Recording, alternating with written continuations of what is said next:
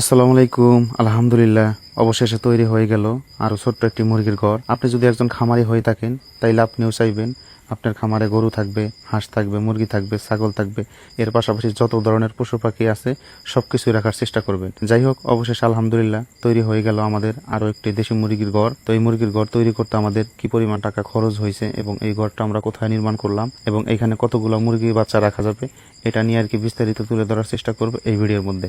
গত 1 মাস আগে আমরা যখন কালার বাট মুরগির বাচ্চাগুলো নিয়ে আসছিলাম, ওই ভিডিও দেখার পরে অনেকে আমাদের কাছে প্রশ্ন করছেন বা অনেকে আমাদেরকে ইগনোর করে বলছেন, ভাই মুরগি পালন করে কোনো লাভ হবে না বা মুরগিতে কোনো প্রফিট নাই বা এখান থেকে বিরাট আকারে লস হয়। আমি তাদেরকে বলবো, যে কোনো কাজ করেন না কেন বা যে কোনো খামার করেন না কেন, ওইখানে যদি অ্যাকুরেট ভাবে পরিশ্রম না করা হয়, ওইখানে যদি শ্রম না দেওয়া হয় এবং ম্যানেজমেন্ট যদি সঠিকভাবে না করা হয়, এটা মুরগির খামারি কি আর গরুর খামারি কি, ওইখান থেকে আপনি কখনোই প্রফিট করতে পারবেন না। তো আলহামদুলিল্লাহ আমাদের সৌভাগ্য, গত 1 মাস আগে আমরা যে কালার বাট মুরগির বাচ্চাগুলো দিয়েছিলাম, এ পর্যন্ত আমাদের একটা মুরগি মারা যায়নি এবং এ পর্যন্ত একটা মুরগি কোনোভাবে অসুস্থ হয়নি। প্রত্যেকটা ভালো কাজের পিছনে সমালোচনা থাকবে, এইটা স্বাভাবিক। তো আমি আপনাদের কথায় কিছু মনে করি নাই। তারপরে ইনশাল্লাহ আমরা চেষ্টা করে যাব বা আমরা চালিয়ে যাব, যেটা আমরা পারবো ইনশাল্লাহ ওইটাই আমরা করার চেষ্টা করব। যেহেতু এখন দেশের পরিস্থিতি বা এখন যে সময় আসতেছে, এই সময়ের মধ্যে যদি নিজের খাবার নিজে উৎপাদন করে খাইতে পারেন, যদি আপনার গ্রামে থাকতে পারেন, আমি মনে করি শহরের বদ্ধ জীবনযাপন করার থেকে গ্রামে জীবনযাপন করা, কৃষির সাথে সম্পর্ক থাকা,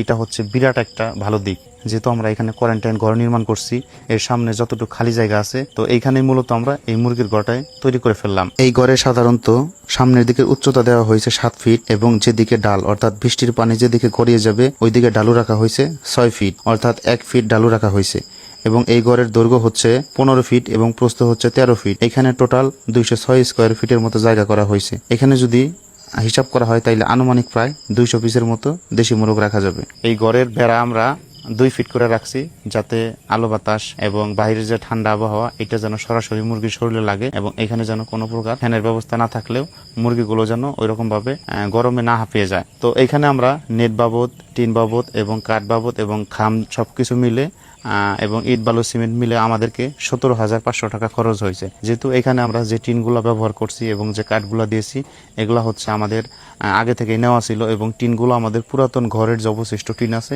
এগুলো দিয়ে মূলত আমরা এই কাজগুলো কমপ্লিট করছি। এই কারণে অ্যাকুরেট হিসাব আমি আপনাদেরকে ওই রকম ভাবে দিতে পারলাম না। তবে এখানে প্রায় 200 থেকে 250টা দেশি মুরগি পালা যাবে এবং এখানে আমরা ব্যবসায়ের জন্য এগুলা করতেছি না। যেহেতু আমাদের মূলত হচ্ছে গরুর খামার, এর পাশাপাশি আমরা চেষ্টা করব আমাদের খামারকে সমন্বিত করার জন্য। আমাদের যে ধরনের আমিষের চাহিদা আছে, মুরগি, ছাগল বা অন্যান্য কিছু আমরা করার চেষ্টা করব, যাতে আমরা এগুলা থেকে আমাদের পারিবারিকভাবে এগুলা দিয়ে চাহিদা পূরণ করতে পারি এবং এর পাশাপাশি আমরা কিছু বাইরে বিক্রি করতে পারি।